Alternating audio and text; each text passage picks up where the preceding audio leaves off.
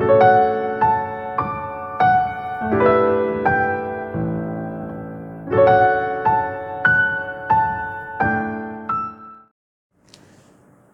malam Bapak Ibu, saudara-saudara yang diberkati Tuhan kita Yesus Kristus.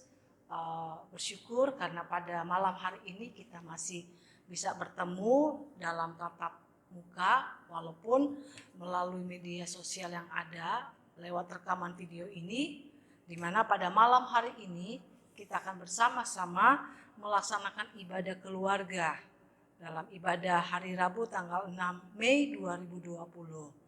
Dan oleh karena itu, Bapak Ibu yang diberkati oleh Tuhan kita Yesus Kristus, sebelum kita membaca dan merenungkan firman Tuhan pada malam hari ini, mari kita bersatu di dalam doa. Kita berdoa. Bapa di surga, pada malam hari ini kami datang kepadamu, menaikkan rasa syukur atas kebaikan Tuhan yang tak terhingga. Engkau memperkenankan dan melayakkan kami, boleh ada sebagaimana kami ada sampai dengan saat ini. Pada saat kami boleh bersama-sama menyaksikan rekaman video ini, di mana di dalamnya kami akan membaca dan merenungkan firman-Mu ya Bapa, tolonglah Engkau berkati kami, Engkau layakkan kami, Engkau sucikan kami, dan perkenankan kami ya Bapa, agar firman-Mu ini boleh kami dengar, tidak saja kami dengar, tetapi kami boleh masuk itu ke dalam hati kami yang paling dalam, dan kami siap untuk melakukannya dalam tanggung jawab iman kami, dan sekaligus kami mau mempersembahkan menjadi persembahan yang hidup untuk demi hormat dan kemuliaan nama Tuhan. Kami mohon kepadamu ya Bapa di surga, kiranya Engkau mau bersabda, sebab kami telah siap untuk mendengar. Di dalam Yesus Kristus, firman yang hidup kami sudah berdoa. Amin. Bapak, Ibu, saudara-saudara yang diberkati Tuhan kita Yesus Kristus, bacaan kita pada malam hari ini terambil di dalam kitab Imamat pasal 4 ayat 13 sampai dengan ayat yang ke-21. Imamat pasal 4 ayat 13 sampai dengan ayat yang ke-21. Saya akan membacakan 2 ayat saja, yaitu dari ayat yang ke-13 dan ayat yang ke-14. Demikian firman Tuhan.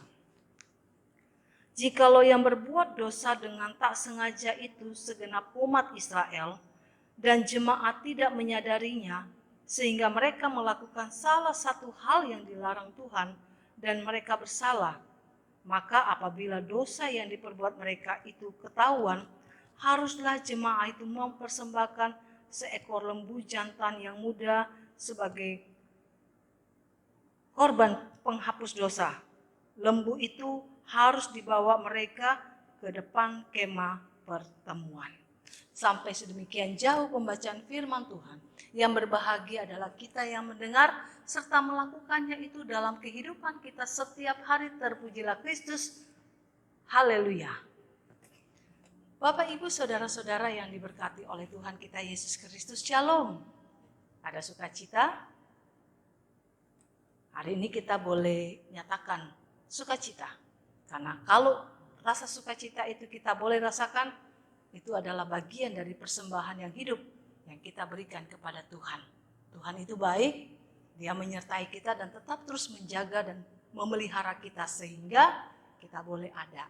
Walaupun dengan situasi kondisi yang kita tahu secara bersama-sama dengan adanya wabah virus corona ini kadang-kadang membuat kegalauan dan kegelisahan hati kita. Kadang kita juga bertanya kapan ini akan berakhir, karena ini sangat menakutkan dan mengkhawatirkan kehidupan kita, bahkan teristimewa demi kesehatan kita. Namun satu hal yang pasti bahwa Tuhan akan menyertai kita. Tuhan akan memberikan sesuatu jawaban yang terindah tepat pada waktunya.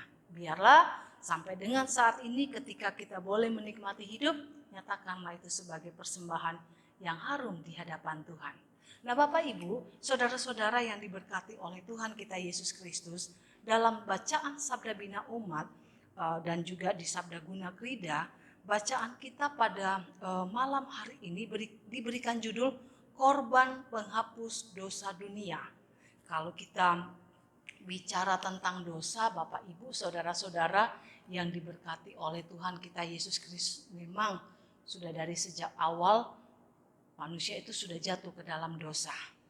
Dosa itu yang membuat kita terputus hubungan cinta kasih sayang kita dengan Tuhan. Namun dengan cinta dan kasih sayangnya, Ia telah memperbaharui kita. Dia mengasihi kita dan Dia memulihkan segala luka-luka yang dalam, yang kemudian itu ada dosa-dosa yang menghantui kita, yang menyelimuti kita, dan membawa kepada kita kegelapan-kegelapan, mau dosa dan lain sebagainya. Namun kita tentu masih ingat pada saat kita boleh bersama-sama dengan orang-orang percaya di segala abad, pada saat kita boleh mengingat rayakan Jumat Agung, kita boleh bersama-sama melanjutkan sukacita kemenangan iman pada saat kita bersama-sama berpesta dalam pesta rohani menyambut Paskah, bagian-bagian yang tidak terlepas di mana kita percaya kasih setia Tuhan, anugerah Tuhan, kuasa Tuhan tetap berlaku dan terjadi atas hidup kita. Dan oleh karena itu biarlah dengan segala situasi apapun yang kita hadapi sampai dengan hari ini, harus kita yakin bersandar kepada Tuhan, hidup kita tidak akan pernah sia-sia. Nah, kitab Imamat ini, Bapak Ibu, saudara-saudara yang diberkati oleh Tuhan kita Yesus Kristus, adalah kitab yang ditulis oleh Musa. Kitab ini lebih kepada sesuatu hal yang terpusat pada perencanaan, atau kemudian ada persiapan-persiapan yang khusus yang kemudian itu dihubungkan dengan relasi atau hubungan umat Israel dengan Tuhan. Salah satu relasi yang tepat adalah ketika itu dipusatkan pada ibadah. Karena kita tahu ibadah itu adalah ibadah yang kita nyatakan untuk kita mengucap syukur kepada Tuhan. Ucapan syukur itu banyak, kita boleh rasakan banyak. Dan itu boleh kita nyatakan dalam ibadah, dalam segala sesuatu yang kemudian itu ada hubungannya dengan sikap dan lain sebagainya. Nah, apa yang terjadi Bapak Ibu, saudara-saudara yang diberkati oleh Tuhan kita Yesus Kristus, ibadah pengucapan syukur yang dilakukan oleh bangsa Israel ini menjadi satu keharusan yang mereka lakukan. Alasannya adalah mereka harus tetap mengingat dan menceritakan peristiwa-peristiwa di masa lampau, di masa yang lalu, ketika mereka berada di perbudakan di Mesir, lalu kemudian bagaimana kasih setia Tuhan yang terjadi atas hidup mereka, perjalanan mereka menuju ke tanah Kanaan, tanah perjanjian yang diberkati oleh Tuhan, perjalanan yang cukup panjang dengan berbagai tantangan-tantangan, pergumulan-pergumulan yang ada, tapi itu tidak mengurangi iman, kesetiaan, pengharapan mereka kepada Tuhan. Tentu ini juga bagaimana Allah berkuasa atas hidup mereka. Allah menyatakan kuasa itu dengan mengiringi mereka dan menyertai mereka dalam perjalanan menuju ke tanah Kanaan. Dan kemudian Bapak Ibu, saudara-saudara yang diberkati oleh Tuhan kita Yesus Kristus, sebenarnya kitab ini mau menjelaskan kepada kita, pertama, bahwa perjalanan bangsa Israel ketika nanti mereka akan tiba di tempat tujuan, di tanah Kanaan, di tanah perjanjian Allah, tentu harus ada persiapan yang khusus, ada persiapan yang matang yang mereka harus persiapkan dengan baik. Itu tidak saja persiapan dalam hubungannya atau kaitannya dengan materi, atau kemudian ada hubungannya dengan soal masalah kesejahteraan dan kemakmuran hidup, tetapi ini bicara tentang persiapan iman, persiapan pengharapan, persiapan kekuatan hati mereka, dan menempatkan dan mengandalkan Tuhan di atas segala-galanya. Itu merupakan satu keharusan yang mereka lakukan. Kenapa? Karena ketika nanti mereka berada di padang, ketika mereka berada nanti di tanah Kanaan ini, mereka harus berjumpa dengan bangsa-bangsa lain. Karena itu mereka harus memperkenalkan diri mereka. Mereka harus menunjukkan identitas mereka sebagai bangsa yang diberkati Tuhan. Bangsa yang selalu dijaga dan diberikan berkat-berkat melimpah atas setiap kebutuhan dan keperluan apapun yang mereka perlukan dan yang mereka butuhkan. Namun tentunya ini ada semacam nilai-nilai spiritualitas yang mereka nyatakan, penyembahan, ibadah yang mereka lakukan kepada Tuhan, maka itu adalah bagian dari satu kesaksian yang mereka ingin sampaikan kepada bangsa-bangsa lain. Ibadah yang mereka lakukan itu berpusat kepada Allah Israel yang telah menyelamatkan mereka. Bapak Ibu yang diberkati oleh Tuhan kita Yesus Kristus, ibadah itu sebenarnya penting. Karena ibadah itu terkait antara hubungan pribadi kita dengan Tuhan. Bisa saja ibadah yang kita boleh lakukan itu dalam kebersamaan pribadi atau kebersamaan lewat keluarga, rumah tangga, atau juga dalam ibadah-ibadah bersama dengan jemaat atau umat. Nah, ini yang berlangsung dan ini yang terus dilakukan menjadi bagian dari santapan kehidupan rohani orang-orang Israel. Ibadah itu lebih sifatnya kepada pengucapan syukur sebenarnya. Tetapi kemudian ada beberapa bagian-bagian yang disampaikan oleh Musa dalam pembacaan ini, bahwa ibadah itu juga perlu menjadi catatan penting untuk mereka merefleksikan kembali hidup mereka sepanjang hari yang sudah mereka lalui. Adakah kesalahan atau adakah dosa-dosa mereka yang sesungguhnya ini ternyata tidak diperkenankan oleh Tuhan. Tidak diperkenankan Tuhan. Mereka tidak mentaati perintah Tuhan. Sehingga ada waktu, ada ibadah yang kemudian itu umat Israel diberikan kesempatan untuk menyatakan pengakuan dosa-dosanya di hadapan Tuhan. Sehingga tentu kita tahu ya bahwa ternyata memang betul ibadah itu selain pengucapan syukur, tetapi kemudian di mana ada kesempatan-kesempatan bagi bangsa Israel kala itu untuk mengungkapkan secara pribadi kesalahan-kesalahan dan dosa-dosa yang selama beberapa hari itu sudah mereka lakukan melawan kehendak dan melawan peraturan-peraturan yang Allah sudah tetapkan dalam kehidupan mereka. Nah, Bapak Ibu, saudara-saudara yang diberkati oleh Tuhan kita Yesus Kristus, ada pertanyaan yang muncul ketika kita mencoba untuk merefleksikan bacaan di ayat yang ke-13 ini. Ayat yang ke-13 ini mau mencoba untuk mengungkapkan di mana bangsa Israel mengatakan begini, bicara tentang dosa, maka dosa itu adalah memang betul hukuman Allah.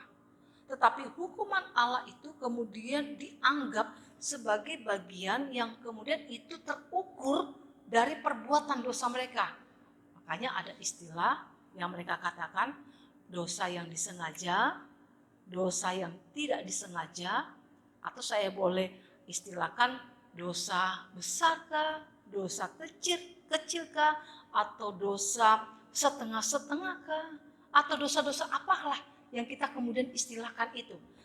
Yang mau dikatakan dalam pembacaan ini, Bapak Ibu, saudara-saudara yang Tuhan kita kasihi, bicara tentang dosa tidak dilihat pada ukuran jumlah atau dilihat pada ukuran sampai sejauh mana dan berapa kejahatan, perbuatan-perbuatan yang kita lakukan melawan kehendak Tuhan. Dosa ya tetap dosa gitu. Nah, kemudian Musa dalam hal ini mau mengatakan kalau dosa itu sulit untuk dilepaskan dengan cara upaya manusia. Sulit. Satu hal yang dilakukan dalam peraturan di masa lampau, bicara tentang dosa, maka dosa ini harus ada pemulihan. Kenapa? Karena catatan penting bagi kita, bangsa Israel ini adalah bangsa yang kudus, bangsa yang diberkati Tuhan. Jika bangsa Israel ini adalah bangsa yang kudus, maka tentunya kudus itu menjadi sesuatu yang berbeda mereka dengan bangsa-bangsa yang lain. Mereka bangsa yang sangat diberkati, tetapi juga mereka tercemar, mereka dijauhkan dari dosa-dosa, mereka dilindungi Tuhan, mereka tidak hidup pada nafsu duniawi, mereka berbeda, mereka terpisah dengan kehidupan dalam dunia kejahatan. Bicara tentang kekudusan, dan itu yang berlaku dalam kehidupan orang-orang Israel. Apa yang tentu kita ketahui secara bersama-sama, Bapak Ibu, saudara-saudara yang diberkati oleh Tuhan kita Yesus Kristus, Musa mau mengatakan bahwa kekudusan itu apapun yang terjadi tetap harus dipertahankan. Jujur memang sebenarnya kalau kita mau katakan dosa, kita mau melakukan diri kita menjadi yang kudus dan yang sempurna, itu tidak mungkin. Ada peraturan kala itu dalam kehidupan bangsa Israel. Pembersihan dan pemulihan dosa itu akan dilakukan dengan peraturan-peraturan di mana mereka harus memberikan persembahan seekor lembu jantan yang muda sebagai korban penghapus dosa. Lembu itu harus dibawa mereka ke depan kemah pertemuan. Jadi konsep pemahaman orang Israel kala itu, penghapusan dosa itu akan terjadi bila mereka memberikan persembahan korban, seekor lembu jantan muda dan lain sebagainya. Tentu ini menjadi catatan kita juga bersama, di mana pada pasal yang sebelumnya ada perintah Musa, beberapa ucapan syukur untuk bangsa Israel terlepas dari dosa, perlu harus ada korban sajian, lalu ada korban keselamatan, termasuk korban penghapus dosa. Nah, Bapak Ibu, saudara-saudara yang diberkati oleh Tuhan kita Yesus Kristus, pada malam hari ini kita boleh bersyukur karena sesungguhnya kita adalah manusia yang berdosa, yang tidak layak di hadapan Tuhan. Tentu kita masih ingat salah satu ayat kutipan yang saya ingin sampaikan. Walaupun dosamu merah seperti kirmisi, akan putih seperti salju. Tuhan tidak akan memperhitungkan dosa, tapi memang harus ada pemulihan, perlu harus ada pembersihan. Pembersihan hidup itu ketika kita mau kembali pada kekudusan hidup, maka satu-satunya jalan adalah ketika kita mengingat rayakan kematian Tuhan Yesus. Darahnya lah yang telah memberikan penghapusan dosa itu kepada kita. Kasihnya yang begitu besar atas hidup kita sampai dengan hari ini. Pertanyaannya bagi kita pada malam hari ini, sudah sampai sejauh mana kita merefleksikan penghapusan dosa yang Tuhan berikan dalam kasihnya yang begitu besar melalui pengorbanan dan kematiannya di kayu salib? Sudah sampai sejauh mana kita merefleksikan penghapusan dosa itu? Sudahkah kita berupaya untuk menyatakan kekudusan hidup kita? Contoh, ini contoh ya Bapak Ibu yang diberkati Tuhan kita Yesus Kristus. Beberapa bulan sampai dengan hari ini kita beribadah hanya melalui media sosial, teknologi yang ada, baik Skype, Zoom, rekaman video dan lain sebagainya.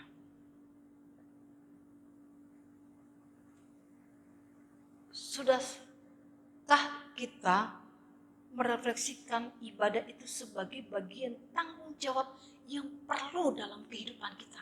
Kita butuh kehidupan untuk ada pembaharuan dan penguatan rohani kita ketika kita beribadah. Kenyataannya, mungkinkah ini terjadi dalam kehidupan kita? Ibadah ada live streaming kah, rekaman video, sudah saatnya waktunya untuk kita fokus berpusat pada ibadah, membaca dan merenungkan firman Tuhan. Yang terjadi bunyi handphone kita terima. Masih ada yang masak, kita lari sebentar. Kita tidak berpusat pada ibadah itu. Karena ibadah itu hanya berapa jam sih kalau kita mau ibadah di rumah? Adakah kita mempersiapkan hati kita yang betul-betul berpusat kepada Tuhan? Sebagaimana itu dilakukan dalam ibadah ketika kita bersama-sama dengan umat, entahkah itu dalam ibadah hari Minggu, ataukah itu dalam ibadah keluarga, adakah kita memberikan waktu sejenak untuk berpusat pada ibadah yang sejati, ibadah yang sesungguhnya? Sebab apa? Ketika kita berpusat pada ibadah yang sesungguhnya kepada Tuhan, maka di situ kita yakin kekuatan Tuhan terjadi atas hidup kita. Kita memiliki anugerah yang Tuhan berikan kepada kita. Kita percaya sesungguhnya Tuhan sudah menguduskan kita, hidup kita, diri kita.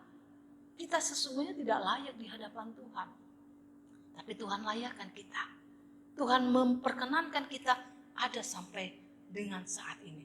Oleh karena itu, Bapak, Ibu, saudara-saudara yang diberkati oleh Tuhan kita Yesus Kristus, situasi apapun yang terjadi, ibadah yang kita laksanakan melalui rekaman video ini, kita percaya Tuhan sudah menguatkan dan memulihkan kita. Sepanjang aktivitas kita, kita percaya Tuhan tidak lagi peduli pada dosa-dosa kita. Dia tetap menyatakan cinta dan kasih sayangnya terhadap saya dan Bapak, Ibu, Saudara sekalian. Sehingga biarlah ibadah kita dengan segala situasi yang terjadi sampai dengan hari ini memberikan semangat dan sukacita kita. Pemulihan dan pembersihan hati kita, kehidupan kita, tubuh kita, jiwa kita dan roh kita ada di dalam pertolongan Tuhan.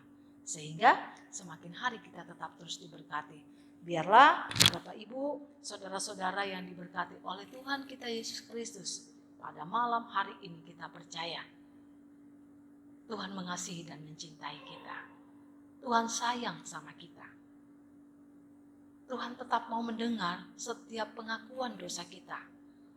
Tuhan tetap mau menjaga dan memelihara kita. Tuhan mau sesungguhnya hidup yang kita lakukan dalam kekudusan itu sebagai bentuk karena kesetiaan kita. Bukan sesuatu yang dipaksakan, tetapi kesetiaan dalam ketulusan.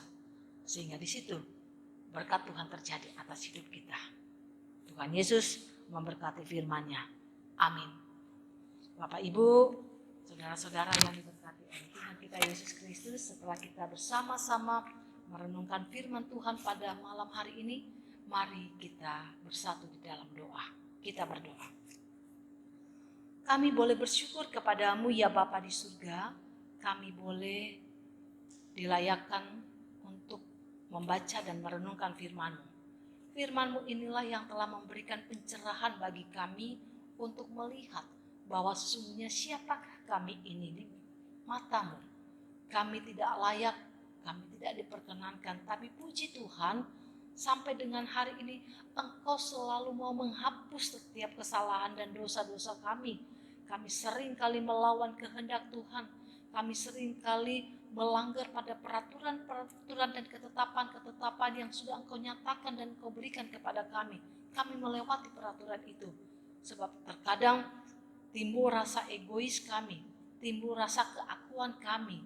Kami mohon ya Bapa, ampuni kami. Dosa-dosa kami tolonglah kiranya Engkau tidak memperhitungkan. Sehingga kami boleh layak dan kami tetap dikuduskan dalam kasih setia-Mu. Terima kasih ya Bapa di surga, pada malam hari ini Engkau sungguh hadir dan Engkau sungguh ada di tengah-tengah ibadah lewat rekaman video ini. Engkau memberkati setiap para pendengar yang setia ketika mereka berdoa, ketika mereka mengungkapkan doa pribadi mereka masing-masing. Sebelum mereka berucap pun Tuhan mengenal satu demi satu. Tuhan mengenal setiap pergumulan mereka. Tuhan tahu apa yang mereka harapkan dan apa yang mereka butuhkan. Kuatkanlah Bapak Ibu Saudara sekalian jemaat-Mu, agar mereka tetap selalu setia dan tetap terus percaya bahwa badai ini akan berlalu. Pergumulan dan masalah-masalah kehidupan keluarga, dalam kehidupan pribadi, bahkan juga dalam kehidupan yang terjadi sampai dengan hari ini, kami, dunia ini, seluruh bangsa, khususnya bagi bangsa Indonesia yang kami cintai ini, sedang bergumul. Dan kami sedang bertanya-tanya, sampai kapan peristiwa wabah pandemik COVID-19 ini akan berakhir. Namun satu hal yang pasti, bahwa peristiwa ini pasti akan berlalu. Tuhan tetap menjawab, Tuhan tetap menolong kami, dan Tuhan akan menghidupkan kami. Sehingga kami boleh dipercayakan untuk tetap menyatakan karya-karya kami untuk menyenangkan orang lain, menyenangkan hati Tuhan. Terima kasih ya Bapa di surga. Hidup kami sepanjang malam hari ini, kami serahkan dan kami pertaruhkan hanya ke dalam tangan pengasihan-Mu. Inilah doa syukur kami, doa permohonan kami, harapan kami yang kami bawa. Dan kami alaskan doa ini hanya di dalam nama Tuhan Yesus, Tuhan dan Juru Selamat kami yang hidup. Kami sudah berdoa dan mengucap syukur kepada Bapa di surga. Amin. Bapak Ibu, saudara-saudara yang diberkati oleh Tuhan kita Yesus Kristus, selamat malam, selamat beristirahat. Biarlah firman Tuhan pada malam hari ini membawa sukacita bagi kita semuanya, khususnya bagi Bapak Ibu Saudara yang mendengarkan renungan ini. Jaga kesehatan, taati himbauan dari pemerintah untuk kita tetap selalu stay at home di rumah, agar badai ini pasti akan berlalu. Virus pandemik COVID-19 ini akan Tuhan atasi, karena Dia berkuasa atas hidup kita, dunia, bumi yang kita pijaki ini. Tuhan Yesus memberkati kita semuanya.